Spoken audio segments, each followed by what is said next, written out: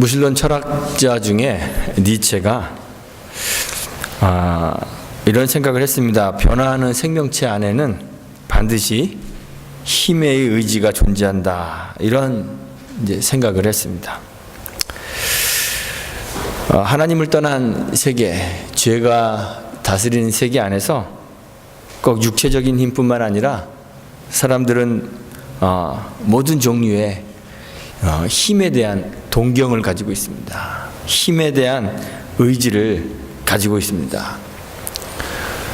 정치적인 권력을 가지려고 하는 것도, 또는 돈을 많이 벌려고 하는 것도, 또는 공부를 많이 하여서 높은 지식을 쌓으려는 것도 다 힘을 가지려는 우리 의지의 한 단면입니다.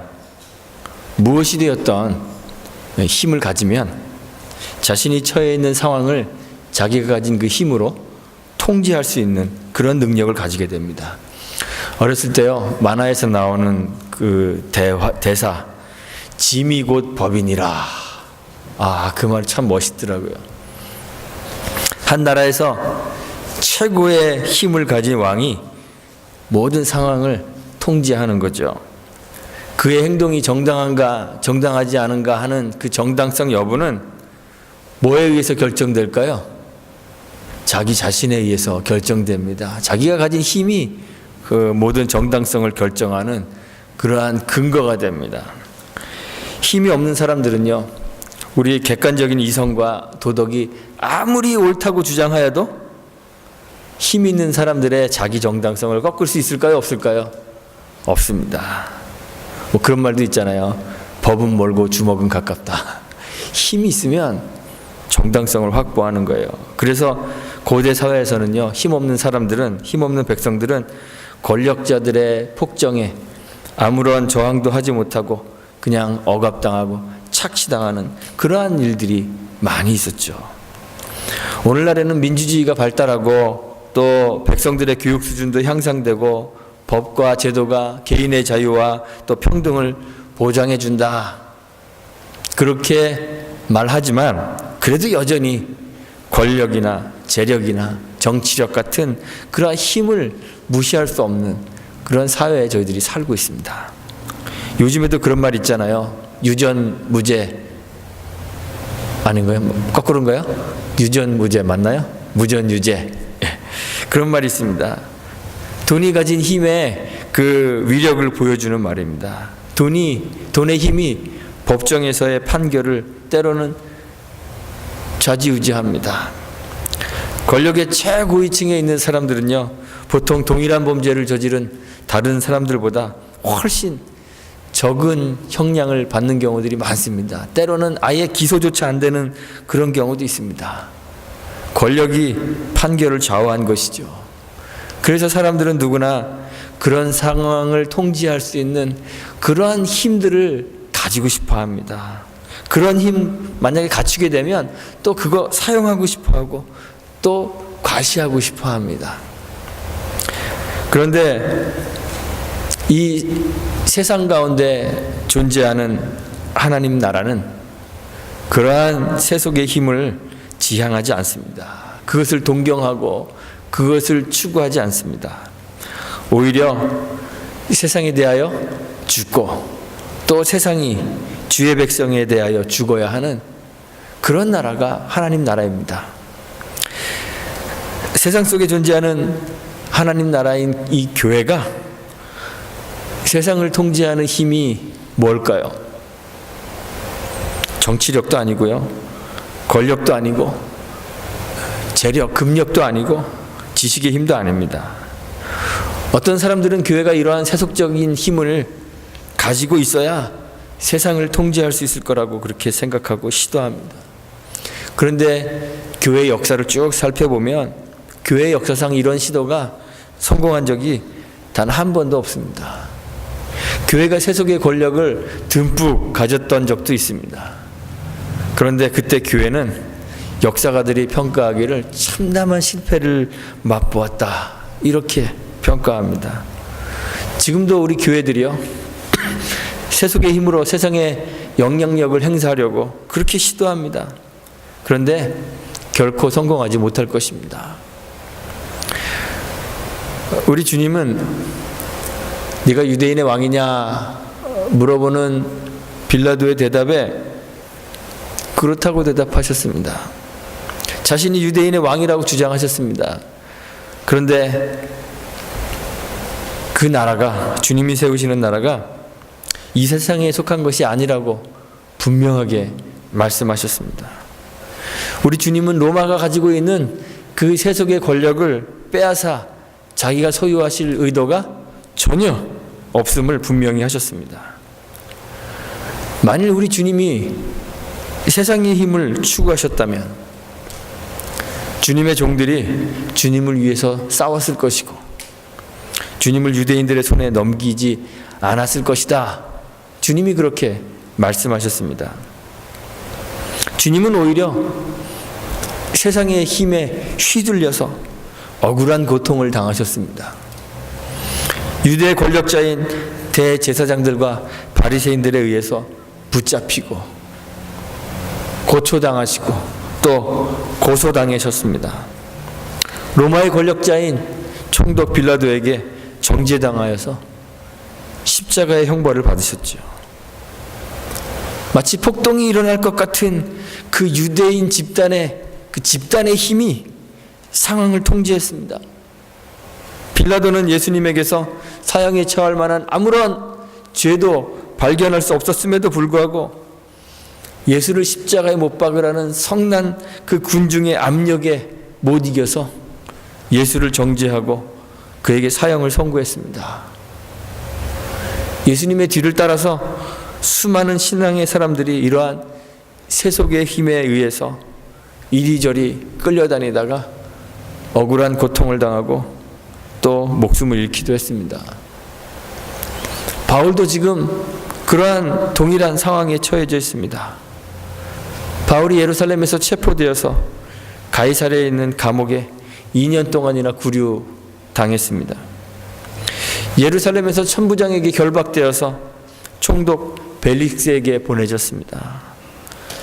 그를 송사하는 대제사장 아나니아와 변호사라고 할 수 있죠. 더들로의 고소 때문에 벨릭스 총독 앞에서 재판을 받았습니다. 그런데 벨릭스가 재판하는 과정에서 바울에게서 형벌을 받을 만한 아무런 죄도 발견할 수가 없었죠. 그런데 그럼에도 불구하고 벨릭스는 유대인의 마음을 살려고 자신의 세속적 권력을 사용하여서 바울을 2년 동안이나 무고히 헤롯궁에 구류해 두었습니다. 벨릭스가 퇴임하고 베스도가 부임한 후에 다시 바울은 예루살렘에서 내려온 유대인들에 의해서 또 송사를 당합니다. 베스도 앞에서 재판을 받습니다. 그런데 이번에도 총독 베스도는 재판을 한 후에 바울에게서 아무런 죄를 발견할 수가 없었습니다. 바울의 무죄함에 대해서는요, 이 베스도가 오늘 성경에 보니까 명백하게 언급하고 있습니다. 아그리빠 왕과 버니게가 베스도를 방문하였을 때 베스도가 그에게 말하죠. 18절입니다. 원고들이 서서 나의 짐작하던 것 같은 악행의 사건은 하나도 제출치 아니하고 오직 자기들의 종교와 또는 예수라 하는 이의 죽은 것을 살았다고 바울이 주장하는 그 일에 관한 문제로 송사하는 것뿐이라 그랬습니다. 24절에서는 이 사람은 유대의 모든 무리가 크게 외치되 살려두지 못할 사람이라고 하여 예루살렘에서와 여기서도 내게 청원하였으나 나는 살피건대 죽을 죄를 범한 일이 없더이다. 바울의 무죄함에 대해서 베스도가 명백하게 알고 있었고 또 그것을 증언해 주고 있습니다. 그런데 그럼에도 불구하고 바울은 또다시 세상의 권력자들 앞에서 죄수로 세워져 그들의 심판을 받습니다. 아그리빠 왕이 버니게라는 여인과 함께 베스도를 방문했습니다. 본문에 나오는 아그리빠는요, 갈릴리 지역을 다스리는 분봉왕으로 있었던 헤롯 아그리빠 2세입니다. 그리고 버니게는 이 아그리빠의 누이입니다. 부임한 지 얼마 되지 않은 이 베스도는 자기를 방문한 이 아그리빠 왕에게 자연스럽게 이제 바울의 재판에 관한 이야기를 했죠. 그러자 그 이야기를 들은 아그리빠 왕은 자기도 한번 바울을 만나보고 싶다, 바울의 이야기를 들어보고 싶다, 이렇게 청합니다. 그래서 이제 아그리빠 왕 앞에서 바울을 다시 한번 신문하게 됩니다. 오늘 성경에 보니까 아그리빠와 버니게가 크게 위의를 베풀고 왔다, 이렇게 기록하고 있습니다. 위의를 베풀었다는 것은요, 자기를 이렇게 과시하기 위해서 위엄을 크게 나타냈다, 이런 뜻입니다. 자기를 드러내야 과시하려고 화려하게 옷을 차려입고 위엄 있는 그러한 복장을 갖추고 그렇게 나타나는 거예요. 아마 아그리빠는 자기의 위엄을 드러내려고, 자기가 갖고 있는 그 권세의 힘을 드러내려고 아마 그 왕들이 입는 그 자색 옷을 입고 머리에는 관을 쓰고 또 많은 수행원들을 대동하여서 그렇게 나타났을 거예요. 천부장들과 성중에 높은 사람들을, 오늘 말씀해 보니까 성중에 높은 사람들을 대동하여서 신문하는 장소에 들어와 앉았습니다. 자신이 가진 권위와 힘을 자랑하고 과시하기 위해 자기를 치장하는 거예요. 사람들에게 자신의 권위와 권세를 보여주고 싶어 하는 거예요. 아그리빠 2세와 이 버니게는요, 헤롯 아그리빠 1세의 자녀들입니다. 그의 부친이 어떤 사람이냐면 유다와 사마리아를 다스렸던 분봉왕인데, 사도행전 12장 2절에서 그 사도 요한을 죽였던 그 사람입니다. 사도 요한의 형제인 야고보를 죽였던 사람입니다. 유대인들이 야고보 죽인 것을 보고 막 기뻐하죠. 그러자 이번에는 유대인들의 마음을 살려고 또 베드로도 잡아다 옥에 가두었던 그러한 사람입니다. 그리고는 화려한 왕복을 입고 자신의 왕좌에 앉아서 백성을 효유하며 백성에게 연설을 베풀던 그런 사람입니다. 백성들이 그 밑에서 이 왕의 소리를 들으면서 또 아부하느라고, 왕의 목소리는 신의 목소리요 사람의 목소리가 아닙니다, 이렇게 이제 아부하는 그런 소리에 막 마음이 흡족해서 그렇게 자기를 과시하고 드러내던 그런 사람이죠. 그런데 어떻게 됐을까요? 하나님께서 영광을 하나님께 돌리지 않으므로 그를 치시죠. 그래서 성경에 보면 충이 먹어 죽었다, 벌레가 먹어서 죽은 그러한 왕입니다. 자신의 부친과 같이 이 아그리빠도 화려한 왕복을 입고 여러 권세 있는 사람을 대동하여서 신문하는 자리에 앉았습니다. 권세 있는 사람들은 그렇게 생각하는 거예요. 자기의 권세가, 자기가 가진 권력으로 현재의 상황에 대해서 내가 결정 내리고 판단할 수 있다고 그렇게 생각합니다. 예수님의 재판 자리에 있었던 빌라도가 그렇게 생각했었죠. 그래서 예수님에게 너는 어디서 왔느냐 이렇게 묻습니다. 사람들이 송사하기를 이 예수가 자기를 유대인의 왕이라고, 하나님의 아들이라고 그랬다, 그렇게 이야기하니까 이 빌라도가 조금 겁이 덜컥 났습니다. 하나님의 아들이라고. 그래서 들어와서 예수님에게 묻죠. 네가 어디서 왔느냐? 그런데 예수님이 빌라도의 물음에 대답하지 않으십니다. 그러자 요한복음 19장 10절에 보니까 내게 말하지 아니하느냐? 왜 나한테 대답하지 않느냐? 그렇게 반문하면서 내가 너를 놓을 권세도 있고 십자가에 못 박을 권세도 있는 줄 알지 못하느냐? 이렇게 이야기합니다. 이 모든 상황을 지금 통제하는 사람이 바로 나인데 왜 나에게 대답하지 않느냐, 이 얘기죠. 나는 너를 살려줄 수도 있고 죽일 수도 있다. 자기가 가진 그 힘을 과시하는 거예요. 자신의 그 힘으로, 자신이 가진 세상의 힘으로 현재의 상황을 결정할 수 있다고 자부합니다. 실제로 빌라도의 판결에 의해서 예수님은 십자가에 못 박히시죠. 그러나 겉으로 드러난 세상의 역사는 유대인의 고발과 빌라도의 판결에 의해서 예수께서 십자가의 형벌을 당하신 것처럼 그렇게 보여지지만 사실 일어난 모든 일들은 예정하시고 섭리하셔서 당신의 뜻을 이루시는, 당신이 뜻한 바를 이루어 가시는 그 하나님의 손길 안에서 통제되고 결정되는 거예요. 주님이 잡히실 때 검과 몽치를 가지고 온 큰 무리들에게 그저 무기력하게 잡히신 것 같지만 주님이 말씀하시죠. 주님은 12영이 더 되는 천사들의 보호를 받으실 수 있는 분이신데 그럼에도 불구하고 이런 일이 있을 것이다 예언한 그 성경의 말씀을 이루기 위해 주님 자발적으로 저항하지 않고 잡혀가시는 거예요.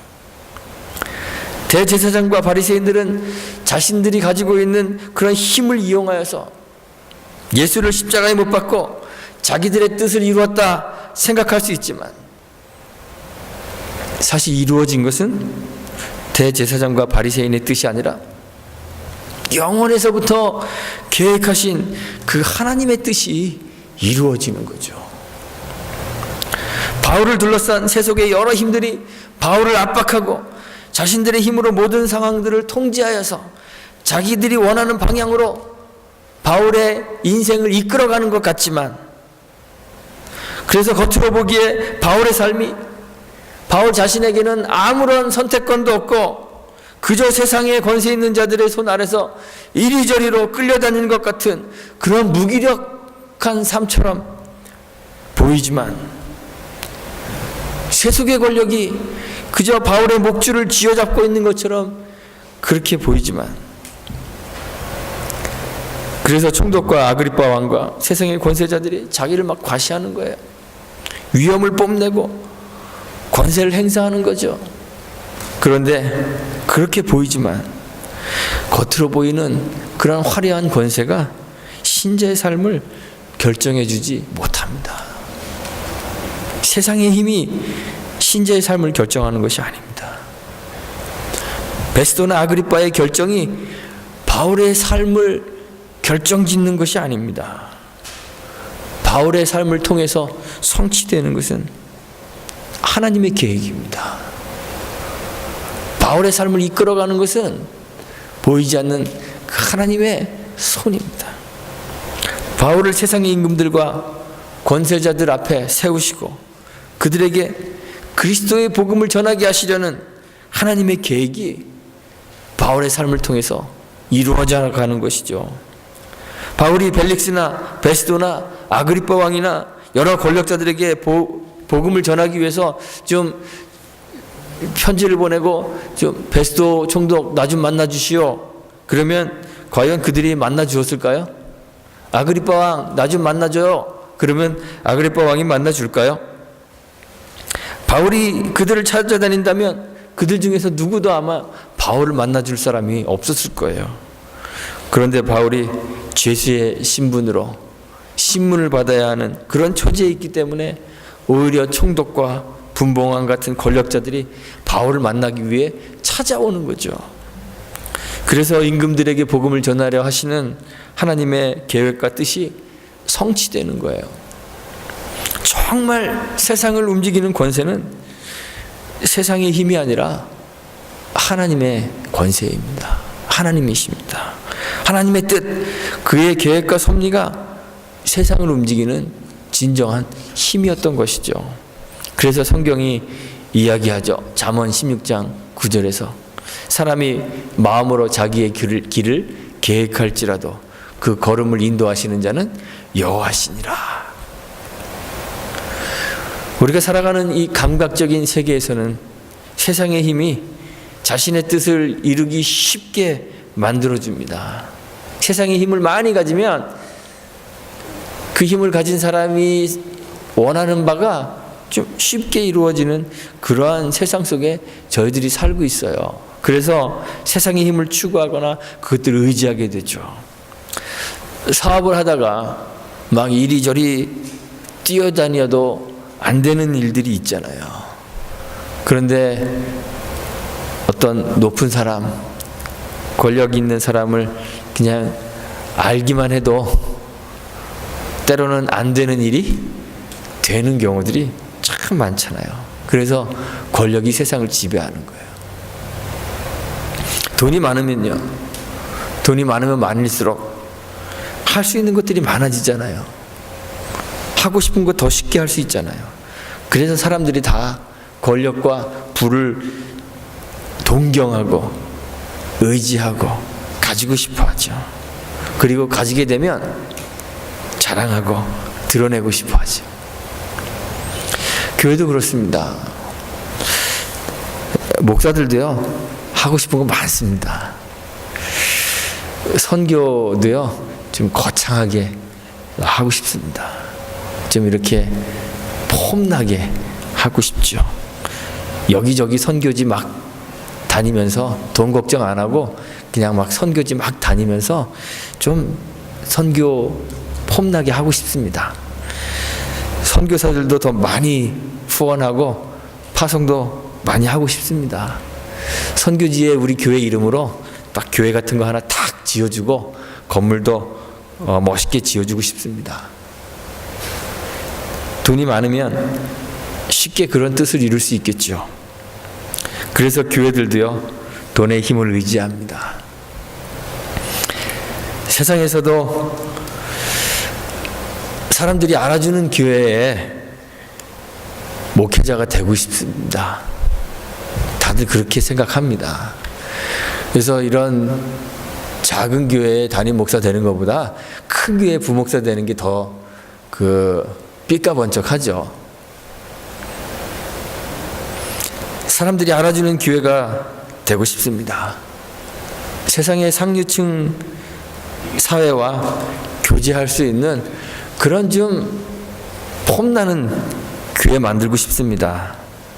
그래서 교회를 멋있고 웅장하게 짓고 치장하고 교회가 가지고 있는 것들 좀 과시하고 싶어 합니다. 세상의 권력자들과 맺은 친분을 좀 과시하고 싶어 합니다. 교회도 상류층 교회가 되고 싶어 하죠. 교회도 세속의 힘을 소유한다면 정말 편하게 스스로의 삶을 통제하고 결정할 수 있을 것 같습니다. 그래서 오늘날의 교회들이요, 그리고 오늘날의 신자들이 세속의 힘을 동경하고 추구합니다. 권력의 언저리에서 좀 기웃기웃거립니다. 교인들도 그렇습니다. 크고 멋지고 폼나는 교회에 다니고 싶어 합니다. 우리 교회에 30명 모여 그러면 좀 말하기 부끄럽습니다. 그게 뭐가 부끄러울까요? 근데 그냥 그게 좀 부끄럽습니다. 권력의 언저리에서 기웃기웃거리고 웅장한 교회 건물과 부를 신자들도 교회도 추구하고 있어요. 그런데 우리의 삶이나 교회의 삶을 결정하는 것은 우리가 가진 세속의 힘이 아닙니다. 눈에 보이는 우리의 소유가 우리의 삶을 결정해 주지 못합니다. 우리가 소유한 세상의 소유들은 그것이 돈이든 지식이든 정치적 권력이든 간에 다 아그리빠와 버니게가 입었던 그러한 화려한 옷과 같아요. 자랑하고 과시하지만 허세에 불과한 것입니다. 그 화려한 것이 바울의 삶을 결정할 수 없었듯 그 화려한 것이 우리의 삶의 문제 역시 결정할 수 없습니다. 우리의 삶을 결정하시는 것은 하나님 한 분이십니다. 우리는 다 계획하시고 섭리하셔서 당신의 뜻을 이루어 가시는 그 하나님의 손길 안에 존재하고 있습니다. 우리 삶을 통해 하나님께서는 반드시 무엇을 이루어 가실까요? 하나님의 뜻을 이루어 가십니다. 세상의 화려한 세속의 힘이 우리의 삶을 결정해 주지 못하기 때문에 세상이 자랑하는 그 힘들 의지하지 않기를 간절히 소망합니다. 우리도 우리 교회도 그런 화려한 것들 추구하지 않기를 간절히 소망합니다. 우리의 삶을 계획하시고 인도하시는 그 하나님의 손길만 의지하는, 온전히 의지하는 교회가 되기를 소망합니다. 바울처럼 우리의 삶을 통해 하나님의 계획하신 뜻을 온전히 이루어가는 저와 여러분들이, 그리고 우리 주치돌 교회가 되기를 주님의 이름으로 축원하고 부탁드리겠습니다. 함께 기도합니다.